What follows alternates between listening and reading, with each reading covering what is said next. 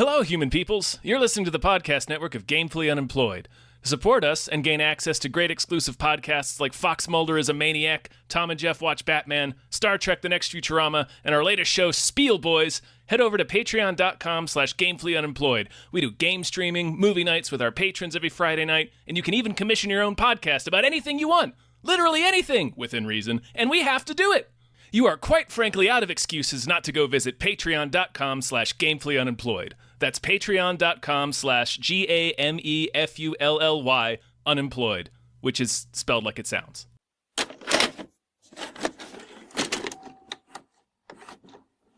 The Boothers. They should have called it that. Boothers. Hi, everybody. Hello, everyone. My name is David Bell. My name is Tom Ryman. And we just saw, yeah, classic fucking podcast we just saw.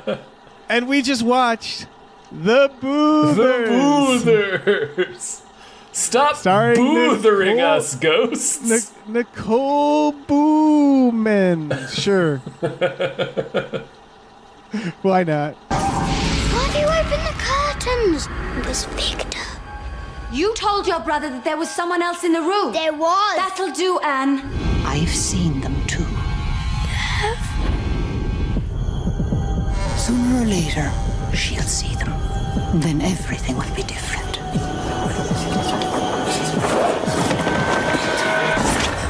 Before we get started, this is brought to you by Andrew McGuire. Thank you very much, Andrew McGuire, our Patreon producer. I know it's a Monday, folks, but, you know, people in the future won't know that until I said it. So pretend like it's a Thursday. It's going to come out on any day if Dave hadn't opened his lips.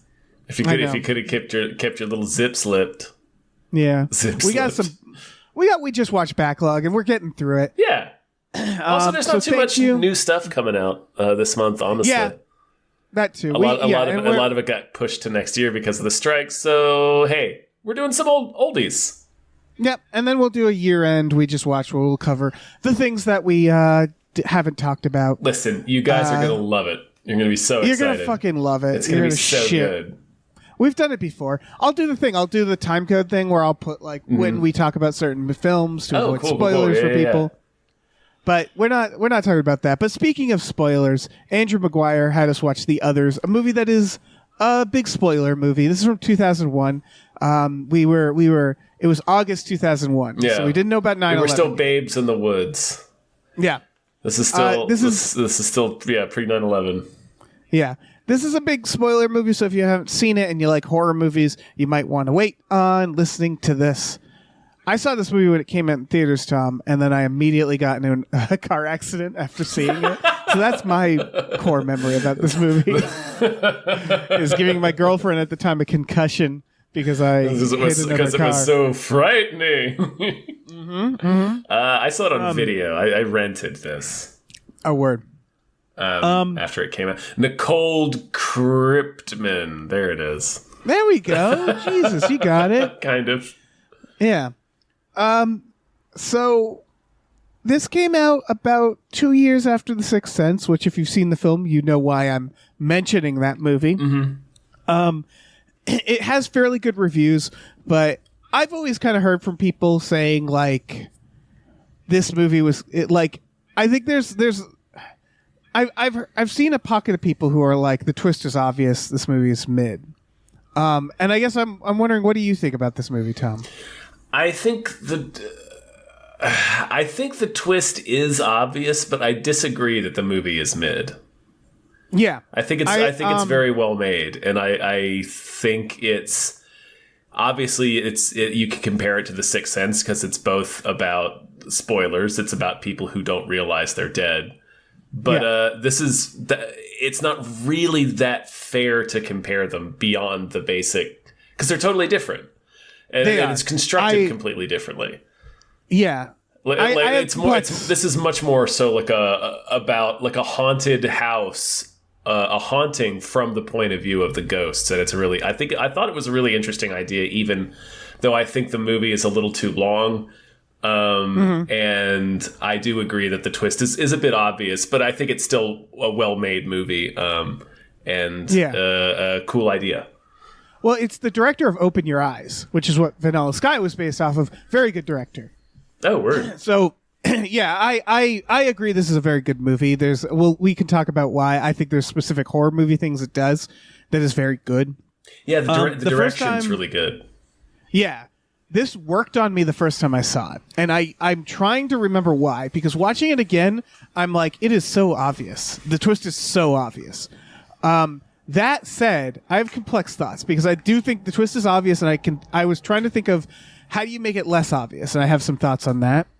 I don't want to compare the two. I think they did a decent enough job with some stuff. There's a couple of red herrings in there, and then they throw some confusion in there by doing the reveal gradually with the housekeeper, and then having the husband dad come home, and he's like the most obvious ghost ever. Right. It's one of those things where if you think about it for a second, you're like, oh yeah, of course, they're all dead. But like, I think what they wanted you to think was that like maybe the housekeepers are up to some like supernatural stuff. Yeah. Like they're causing this situation. And like they do the twist with the housekeepers being dead, and you think like, oh, okay, so I guess that's the twist. Yeah. And then they do a double twist. So they're doing, and it's very like the POV is very interesting because when it starts, it's not really from Nicole Kidman's perspective; it's from the housekeepers, and they do this thing where they set up that she's hiding something, and then you're like, ooh, okay, so she's hiding something. And at first you think like, what's going on with the kids? She's like hiding are the kids going to be dead? And then you learn they're allergic to light. So it's very twisty in a way that's like designed to throw you off constantly. So you're not it's like real gothic horror. Yeah, it like pits people against each other. Yeah, and it's real classic setup, like a big spooky sprawling manor in the middle of nowhere in the countryside, and it's full of it's run by this weird governess, and the house has all these bizarre rules that don't make any sense. You feel like there's going to be a villain, and the twist is kind of that there is no villain. I mean, okay. What I mean is villain for the immediate situation, but like, yes, she did a little MS. She let some light MS. She MS'd her, some light her MS. kids. And like you could argue, like she is kind of like the person haunting the house in a very negative way, especially at the end. Like they make that pretty clear at the end, where they're repeating this house is ours, and she's one badass ghost, man. Yeah, it's awesome to see because you've seen a lot of supernatural stories from the point of view of like a ghost who is like crabby and angry, and like that's how they always say that's how the haunting happens, and like they want life, they covet what we have, and to show it from like the perspective of a ghost as our protagonist is neat. I ultimately think, and I don't think it's fair to compare the two, but I actually like this version of the twist better than The Sixth Sense, which isn't to say that like that's a very good movie. I like that movie, but there's a couple things this does that I think is more efficient and a better way to show it. One being that the twist of this movie happens at the same time her arc finishes. Like if you watch The Sixth Sense, one of the weird, more clunkier things about that movie is that they complete Kelly Joel's arc. Yeah, the twist is like, oh, and by the way, he's dead. By the way, he was a ghost. Yes, we spoiled The Sixth Sense, but... Sorry, everyone. This one, it's about this woman who's very tightly wound. She draws these moral lines, right? Like they established she's very religious. And she's severe. It's more than tightly wound. Like she abuses the children. And like the lessons she's teaching them from the Bible are like cracked. They're like not right. Right.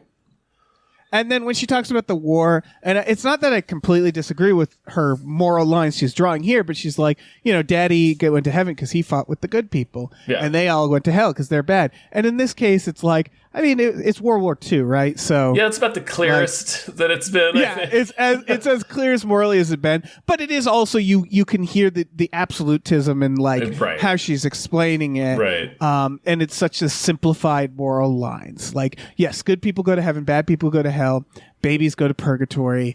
And the cruelty of the movie is that, well, none of that's true. Actually, everybody just kind of hangs around here forever. Exactly. That's the completion of her arc, is the moment she realizes she's dead. She also realizes, she literally says to him when he's like, is this purgatory? And she's like, I don't know. I know not. I'm no wiser than you. I'm no wiser than you. And it's a very clear arc of like her realizing that everything she was taught is incorrect. And everything she's been berating the children into accepting for the whole movie, has been just fucking wrong. She's like, I guess I don't know how the world works. Okay. It adds to the horror of the situation like, it's such a smart idea. Have an ultra religious person learn that they're dead, Shyamalan style. Like that's a great idea, I thought. I also think that their version of the afterlife, seeing it from the ghost perspective, and that's what makes it harder to make the twist. Like, The Sixth Sense kind of fudges it, you know what I mean? Where, like, Bruce Willis, that was one of those classic, like, where, like, they do the shot where he's sitting next to the mom and they're not talking, and you assume they just talk to each other. Right. And then you learn later, like, he's dead. So they have to fudge it a little bit, you know? Mm-hmm. I mean, it's effective. It's totally effective. Yeah, it means that Bruce Willis just walked in and like sat there quietly, but they do explain it in the idea that ghosts are kind of in this twilight where they don't know they're dead. So even if it doesn't make any sense, it makes sense. It's a little like dream logic. Yeah. Yes, it really is. Yeah. But I think this is just the cleaner version where it's like this fog around her. This idea that they're trapped, but she doesn't even realize it. There's little hints where she's like, the postman hasn't been picking up our mail for a week. Shit like that, where it's like, the help disappeared. Yeah. They just vanished. The help disappeared 7 days ago. We had a big fight when Mom went mad, and the kids won't talk about it. Right. Do you think time's different for them? Because if this was 7 days ago, that realtor was hungry for it. No, I think time is different for them. Okay. Yeah, that makes more sense. That actually brought me to one thing I wish this movie did. This would have been a small change. At the end, when Victor and the family are leaving... They ruined Victor, man. They've ruined Victor. Victor is ruined. Do you think it would have been neater, though, if in that shot they were getting into a modern car? Like, you realize it's not even World War II times? In my memory, it was. Like, I hadn't seen this since 2001, so... I think because that's the cooler reveal. Yeah, so, like, in my memory, I think I had remembered it being, like, a modern family. I felt like that would have been a little bit cooler, but it's still fine. Like, it's fine. Oh, yeah, it's totally but it would have been cooler, yeah, if it was, like, people with frosted tips. Yeah. And wallet chains. Ryan Phillippes, yeah. Hopping into a geo tracker or whatever with that would have been amazing. With a Hatchet Man tire cover. Blasting fucking Third Eye Blind and getting out of there. Yeah. Holy shit, I want that. Never let you go. It's the Nicole Kidman is just staring hungrily out the window with a ghost insanity. Yeah. She's great in this. She's such awesome a ghost. Yeah, she's such a ghost.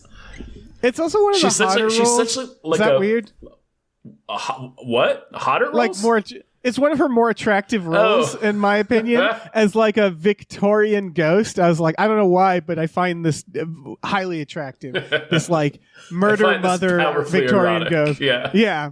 I don't know. I don't know if that's this Lizzie Borden-esque character who smothered her kids with a pillow. Yeah, she sure did. Yeah, she's great. She's great at playing like a VC Andrews creep, like a Flowers in the Attic creep. Yeah, she really does. Yeah, she has smother my kid's face. She does. She does. She's very Hitchcock in this. Yeah. Not that the movie itself is Hitchcock, but like the performance and like the kind of character and the sort of the mystery around like there's this deed, there's this secret behind their behavior. It's very Hitchcock, but she apparently didn't want to do the role. She was like contractually obligated to, and she was trying to get out of it. And her reasoning was just that she thought it was going to be really intense. And she was like, I'm not in the mood to like pour myself into a dark role like this. And she did it. Like she really did it. She's carrying the shit out of this film. It's not to say the other people aren't good. Oh yeah, no, everybody's great in this. Even the kids are really good. But it's a lot of her. Yeah, it's not a light movie. And it's mostly her, and she has to do a lot, and she has to be this really awful universe. Yeah. Yeah, great ghost. And just it's not like a pleasant thought about the afterlife that this movie presents. It's like really grim. I agree and disagree, because I think one of the things I like about this movie is that the afterlife feels impartial. And what I mean by that is the whole thing's about morality, right? Right. And at the end, it's like, no, this is what you get. This is what everybody gets. Yeah, everybody gets the same thing. Yep. And they show, so there's a very loud feature of this movie that when you watch the movie, you realize like it doesn't really need to be there. It's not load bearing, which is that the first thing we learn is that her kids are allergic to the light. They have a rare condition that is real. Where like the light makes them break out in sores, and it creates this very gothic, creepy environment where it always feels like it's night, right? Right. All the curtains are drawn. Everybody has to creep around with lanterns. Right, and it's trying to show a few things. Like we do kind of understand why it came to what it came to, because their dad, her husband leaves in the war, and like dies. But for her point of view, he never came back. She's in this dark house with these two kids who are like both getting to an age where they're like being, teasing each other. And I'm not saying the kids have it coming. I'm just saying that you can understand. For it. They kind of did. No, you can see the conditions that drove her insane. Right. You can see why the kids are starting to, especially the girl, and it's clear that she probably smothered the girl first. Yeah, because she's the oldest, and I would, and she's the one that's like starting to challenge her on like the Bible stuff. She's like, "This kind of sounds like bullshit," right? Like, and also pointing out that your rules kind of don't make sense and are hypocritical, right? So you can see like, and so like part of it is that it's always fucking dark. They do this great thing where she's always yelling at everybody else about the light not letting it in. She says this is built like a ship, right? Mm-hmm. Like the idea is you open one door, or you close a door before you open another. But then the biggest offender of this is her. Yeah, she's constantly doing it. Yeah, so it shows you something about her character too. Yeah. And then she's not ultimately, rational. She's not rational. Yeah. And then at the very end, the silver lining is the kids are like, "Oh my god, the light doesn't hurt us anymore because we're dead." And they get to, it's almost a bittersweet ending where they're like in the sunlight and they're enjoying it. So to me, that showed like how impartial death is, where it's like for these kids, this is nice, like, oh, they get not that the bad sun. For now. Yeah. For now. But like that's, so they realize I think they're that never adds to going the to get to play creepiness. Nintendo. Exactly. They're going to get older and older and they're going to see Nintendo eventually. Yeah, they're going to be real pissed. That house is going to turn into a real poltergeist situation when that happens. Yeah, it better. Start sucking their kids into another dimension. Mm-hmm. I would. Let me play Sonic, you dicks. Yeah, absolutely. I've been dead for 70 years. Yeah, I was going to say, in Death's defense, they wouldn't have been able to play Nintendo either way. Yeah, they were never making it to Nintendo. No, they weren't. They really weren't. Well, the kids might. It was only 1945. Oh, yeah, that's true. That's true. But yeah, I think that adds to the creepiness. The fact that death is sort of, it just is what it is. It's the most unsettling thing about the movie. It's the thing that kind of, apart from the ending, just having the reveal be kind of this cool, the whole time we were seeing a haunting from the point of view of the ghost, so we just didn't realize it. The other thing that stuck with me was how grim its sort of take on the afterlife was, how it presents it. Like, particularly with her husband, when he's like, I have to go back to the front. And she's like, what are you talking about? The war's over. And he said, he scoffs like real bitterly and says the war is not over. So you get the sense that he just has to go back to wherever it was he died on the front lines and just be there forever. Yeah. Yes, it's that rule of ghosts. Like there is a purgatory. It's this like fog shadow world where he finds her, So the implication is the dead can reach out to each other, but it's very abstract and difficult, right? And like their connection briefly allowed them to see each other. I think the movie did it for a few reasons. One is to distract us. Yes. Because that's the moment where she's like, I'm going into town. And it's the halfway point. So it's the point that she confronts the fact that she's being haunted. And then she goes, I'm going to go into town. And instead of going into town, she runs into him in the fog. Yeah. So it's this idea of her searching for help. I think she finds him and he finds her because he's searching for her. So like they're both searching for each other essentially in that fog, in that moment. Yeah. Yeah, I think that's right. And so then they it briefly It's also like kind of slow down the film for this. Yeah, I think it's I both like it, but also it's the part of the movie that makes me feel its length the longest. Like I mentioned, I feel like this movie's a little too long.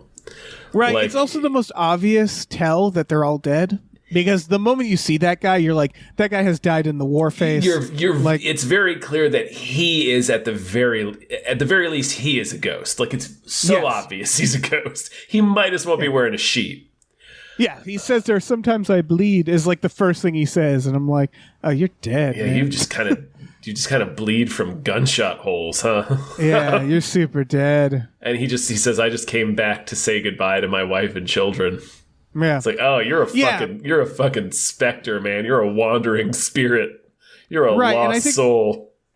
The problem is that like the version of this where she's not dead, like if you have to think about it, you're like, okay, so I guess she's like surrounded by this world, this like nether world where the dead walk. And like when you start thinking like, well, what would that be? The answer is obvious. It's like, well, it's the afterlife. She's in the afterlife. And I think there was some stuff like, I was thinking like the housekeepers, if they did something where they made them like be into witchcraft or something, like if they made them do something that you're like, ooh, I think they're like sorcerers or something. You know what I mean? Like if they pointed to them as having like powers, that might throw people off, and then it's like incidental. Like these they're housekeepers are magic.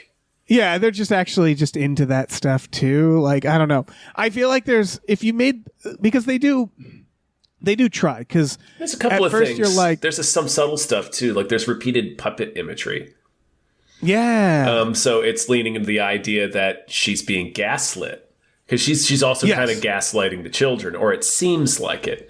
Because like their sunlight affliction and the way she treats it and the way she treats them, and the fact that we can see that she's pretty irrational in every other aspect of her life. It's like, do they have this affliction? Like, is this real, or is she? So it seems like, is she gaslighting them? And you have all these, like, the kids have these puppets that they're constantly playing with in a miniature puppet theater, and the puppets featured heavily in the art and the opening. So there's constantly this idea of strings being pulled, but it's a total red herring. It is. But it's a lot of that where you can't, there is that feeling of like someone's gaslighting somebody, right? Because then later the curtains all get vanished and the housekeepers act like that's totally normal. And they're like, what's wrong? It seems like they did it. It's like, you guys did it, right? Like, you did it. It almost feels a little Shutter Island where they're like, perhaps they don't have the affliction. So you're wondering like, oh, maybe she did make it up. Because the first thing the movie does is show it from the housekeeper's perspective, right? And how she's hiding she seems, And then the husband, when he comes home, she's like, the kids told me what you did, and so you have this feeling of like, oh, I don't think she's all what she seems to be, and then you start getting, and I think that's why this worked on me. Is because I kept thinking like, oh, did she kill someone that's who's haunting her? Or is it all in her head? Like, because they keep throwing these ideas at you. Yeah. And then the realization that they're all dead works really well because it explains everything across the board. Like why the housekeepers were acting that way, why they were hiding stuff, they were trying not to shock them. They were hiding their own graves, which they show them covering up a grave. So you kind of like, it's kind of obvious that they're dead. I felt like pretty quickly. Yeah, I think so. It's I don't remember exactly when I figured it out. Right. It's hard to remember. Yeah. It's been so long, but I do like that it ends up being that the secret they're both keeping is essentially the same. That's a cool little wrinkle to the twist.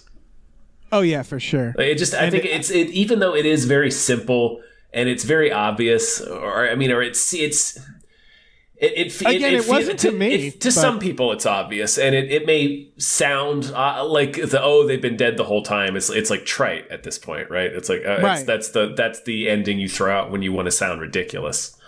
Yes. But it all ties together so well that I think is why this is not like cheesy. You know, why it's not like, oh, it's another they were dead the whole time movie.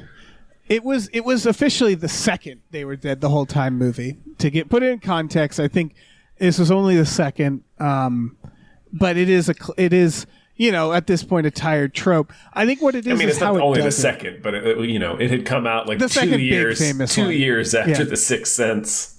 It's like one of the biggest movies. But again, going back to why I think it is the better version, like. The trauma that they show is really amazing, I thought. That one of the housekeepers doesn't speak, and they keep implying like something bad happened to her. And what bad happened to her is she died. Yeah. Right. And she just, yeah. It's so good.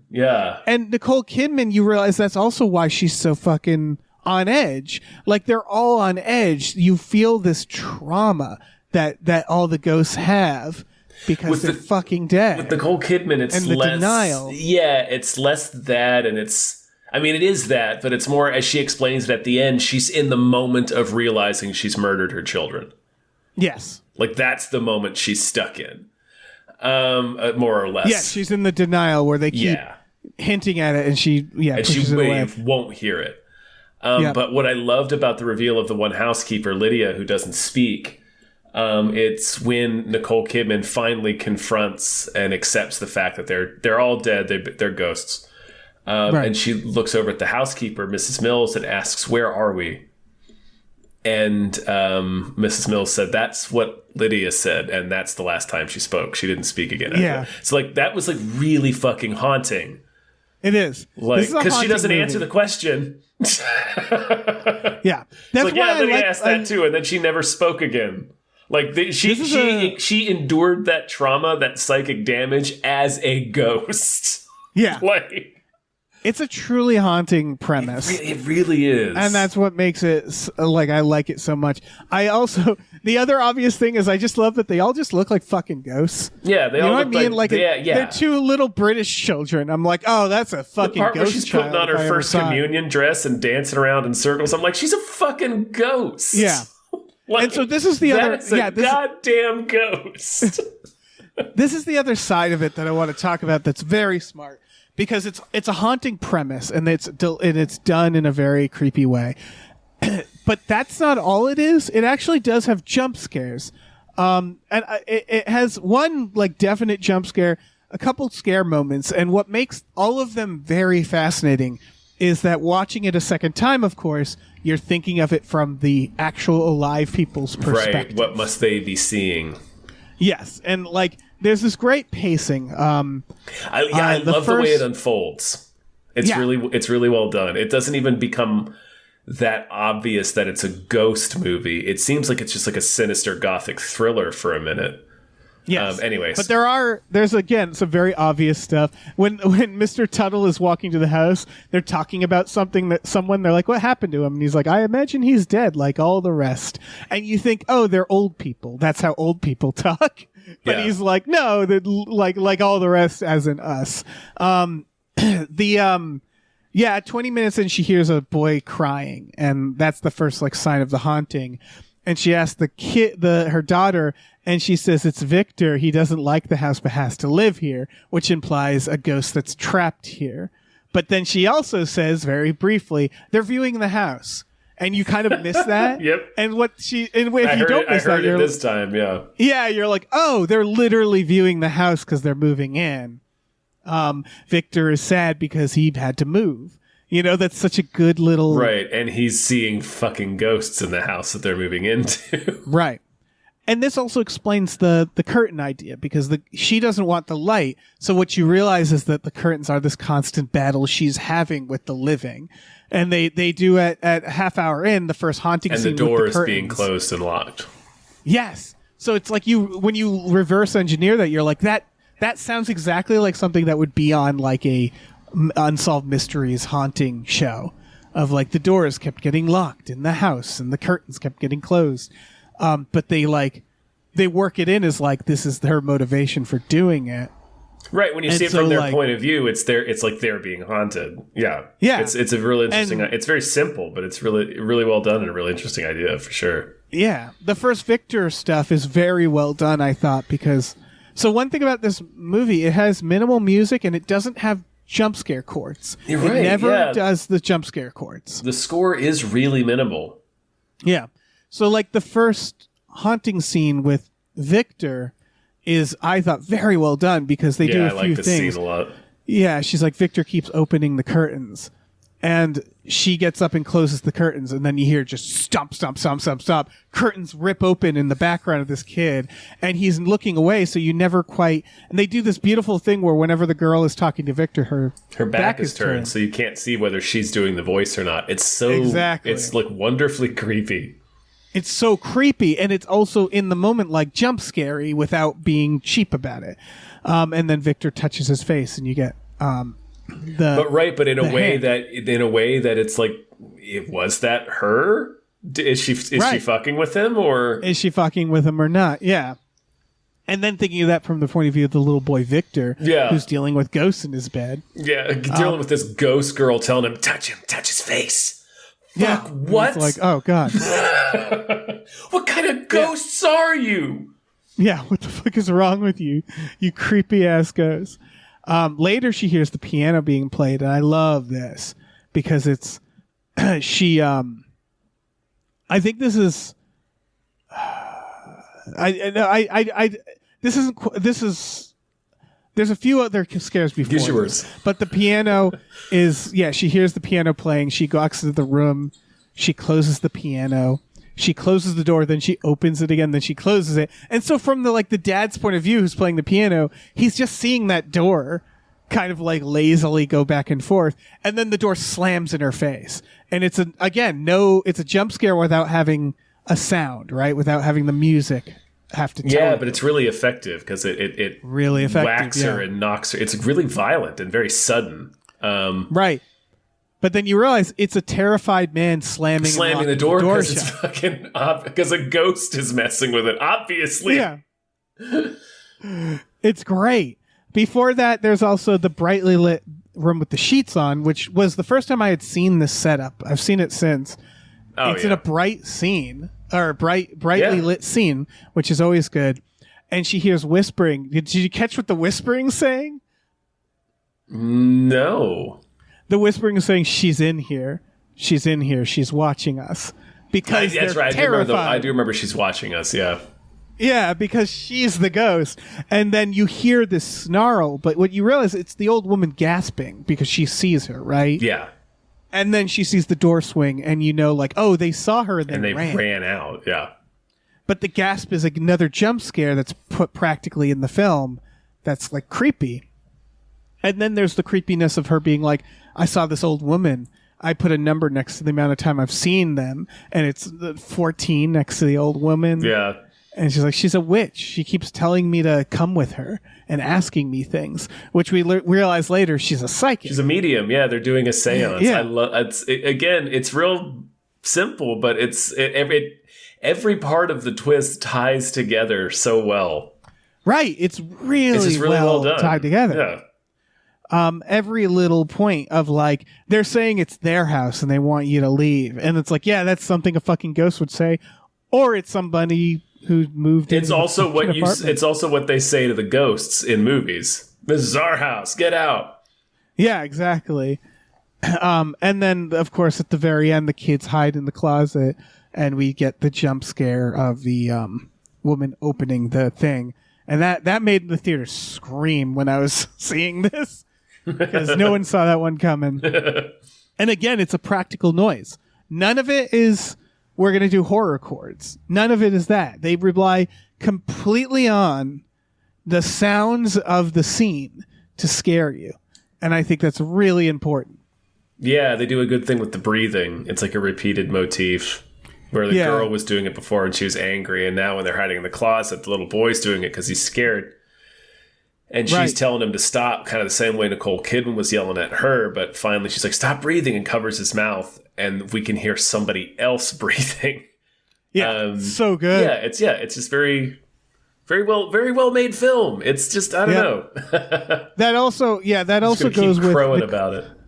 Nicole Kidman also telling her kids to stop breathing is a bit of foreshadowing as well. Yep. She certainly does fucking smother them. Yeah, of course she does.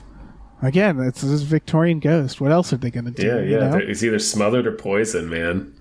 Right. Or tuberculosis, which is what killed the housekeepers. So TB made the cut. Don't worry. All the old-timey. TB made it in to the others. Yeah. Right.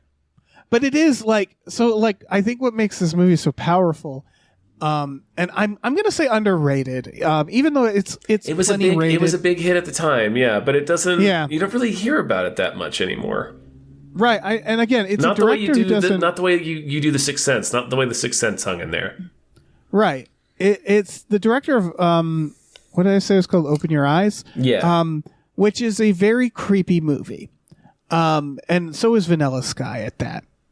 So they deal with some very creepy ideas about the afterlife, and about like a more like sci-fi look at the afterlife, and a lot of these. And so the movie itself that has this like glaze of just, like we said, it's haunting.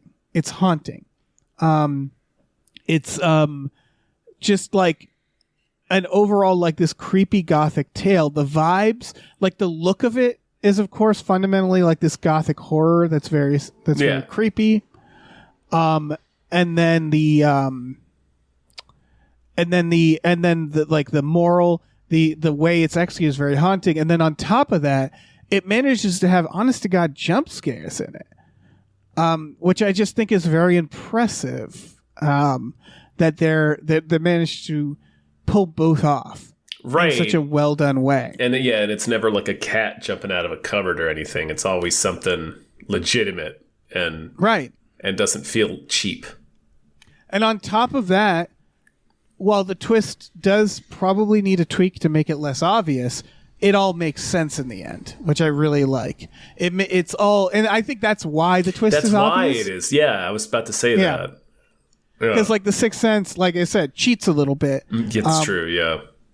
Whereas this doesn't want to cheat. It wants people, it all to... people guessing a lot of the secrets in Game of Thrones, and there was some people who had some fans who had expressed disappointment about that. And it's just, well, that just kind of means it was like well written, because like all the elements were there to be tied together.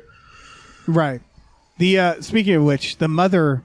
Did you know she was from Game of Thrones? I did notice that. I think that's why it was in my mind. Yeah, that's Catelyn. Yeah. Catelyn Stark was the living mother. Yeah, that surprised me. Because I immediately recognized her, and I hadn't seen this since Game of Thrones. But, good for her. Yeah. In the others.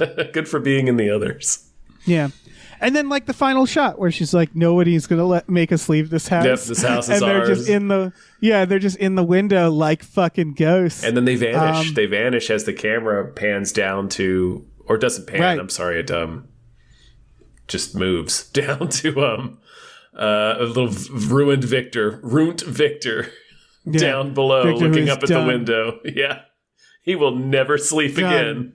Yeah. Nor should he. It's, oh man, that shot really gets me, because I think part of what makes, I've been trying to like break down what it is about scary movies that will freak me out in this like staying way. And that shot always stuck with me. It's ideas like this really get me, like this, and without getting too into them or too spoilery, but like Lake Mungo or like the Witch in the Window. Yeah, I was about to say Witch in the Window is another one. It's the bittersweetness, it's the tragedy of death, and the finality. It's the idea, I think what makes this creepy, and this also happens with Witch in the Window, is the idea of like, no, you're here forever. Well, it's the idea that like this is where you are. There's no comfort in the afterlife. No, there's no rest. Yeah, there's no rest. That's really what it. That's kind of what all those movies deal with. And this idea of like, there they are, and there they will forever. And this is just it, and that is so much worse than. Yeah. Ideas like that. Like, that's not the only thing, or I'm not even sure if it's the biggest thing, but that's definitely a thing that sticks with me. about horror movies when they do that, and that's like a big sign that I'll recommend the movie to people. It's all three of these movies I've recommended people watch, and I mean obviously Lake Mungo is one you and I have been singing about for a while on these podcasts. Amazing. But yeah. Witch in the Window does something that a few movies do. The Shining does this and stuff, which ties into it as the afterlife being like the paranormal being almost like a black hole that is pulling. Mm-hmm. There's a bit in The Witch in the Window that creeps me the fuck out, which is that the neighbor talks about how at night. Yeah. It's a haunted house movie. I won't say much more, but there's a neighbor, and the neighbor is talking about how every night he keeps sleepwalking, and every morning he wakes up standing closer and closer to the house that's haunted and then the realities are like, I woke up in your driveway this morning. And that's such a fucking terrifying idea that this house is paranormal and it wants somebody else. It wants another soul. Yeah. It's hungry to the point that this man keeps sleepwalking closer to the house. Yeah. It's so creepy. Witch in the Window. Watch it. Yeah, Witch in the Window. And watch this, because this has that same feeling to me, which is like they're trapped, they're drawn into the afterlife. It is this pit that they are in.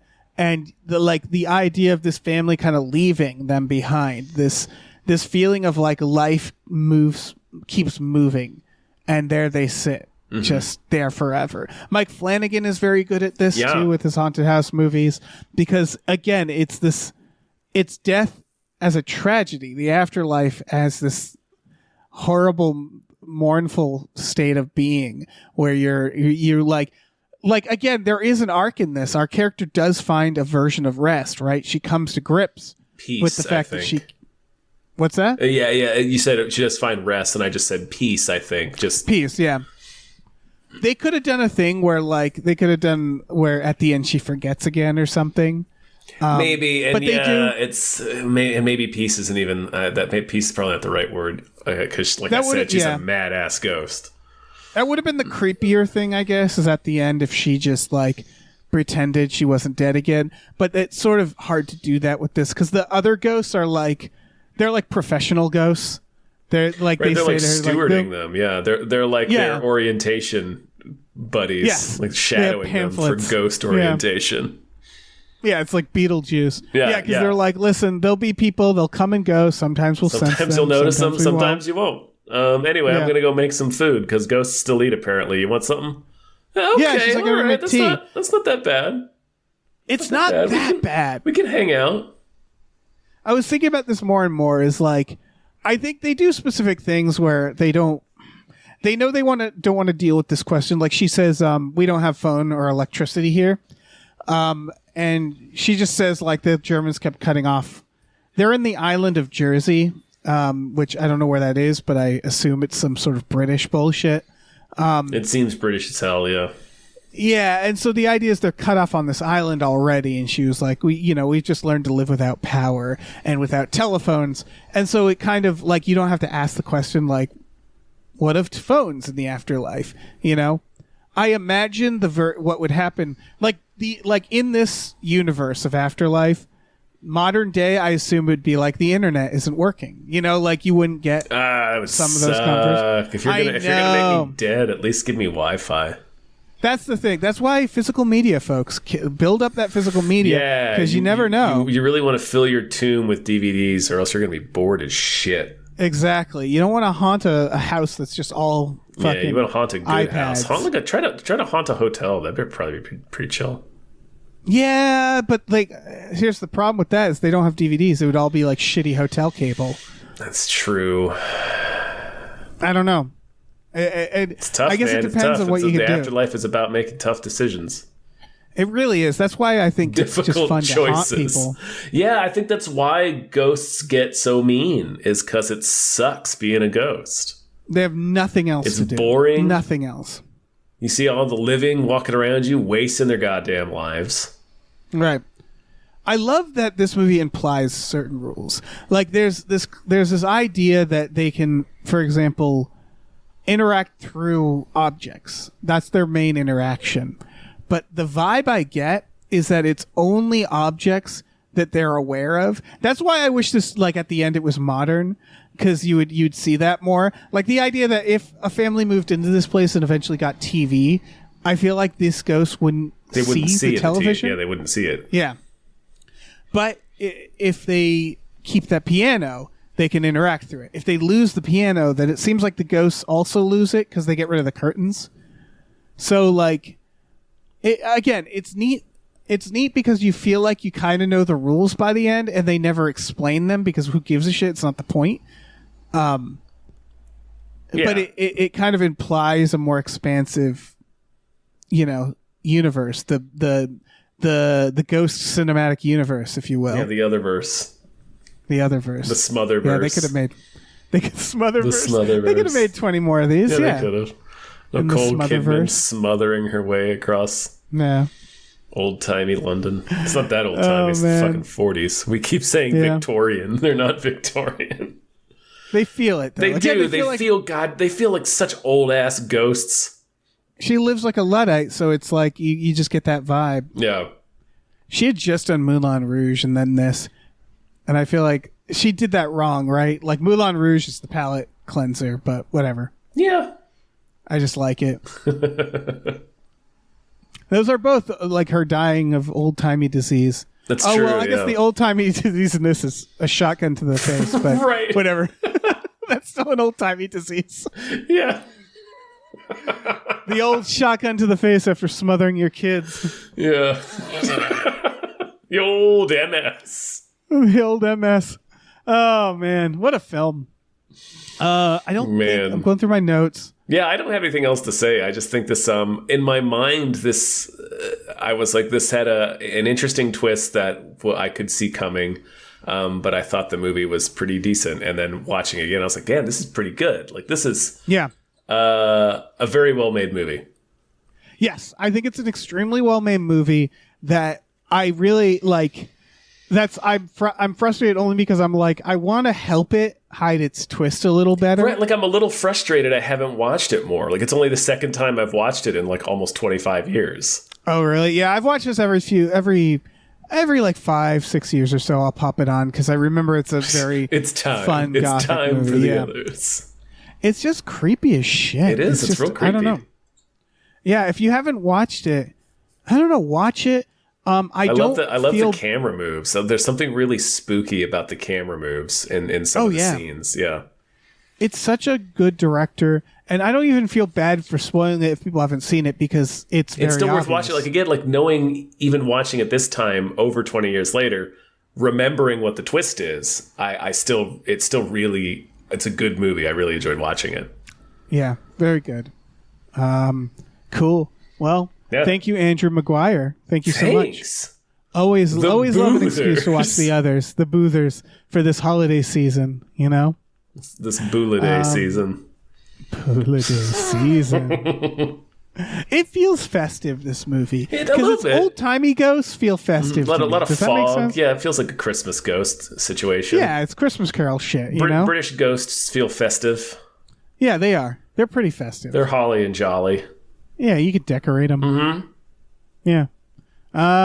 This was through our Patreon, patreon.com/gamefully unemployed, GAMEFULOY, unemployed. We do custom podcasts like this one where people can have us watch movies and we'll watch them and then we'll talk about them. We also, will. For just $5 a month, you get access to our exclusive our exclusive podcasts. Tom and Jeff Watch Batman, Fox Mulder is a Maniac, Star Trek The Next Futurama, Spiel Boys, all there for $5 a month. For a little more, you can watch movies with us every Friday night, which is always fun. It's always fun. Never not fun. It is. So check it out. Never not fun. Never. Speaking of never not fun, we also have a store. Head over to gamefullyunemployed.com where you can find a link to our Teespring store. We have all kinds of cool original artwork and designs. You can get on t-shirts, mugs, stickers, posters, all sorts of things. So slap your boothering peepers onto that. Yeah, I just chugged a Red Bull while you did that plug. Yeah, you did. You fucking king, Dave. You king.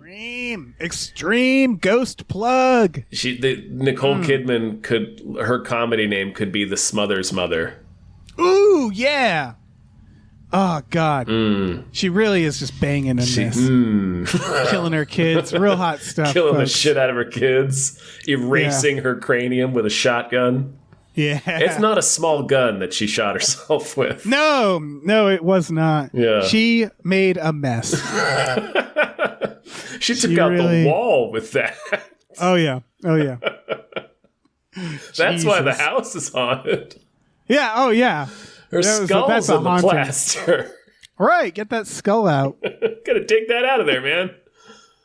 Holy shit. What a weird way to end this podcast. Yeah, man. Fuck it. All right, bye. Bye.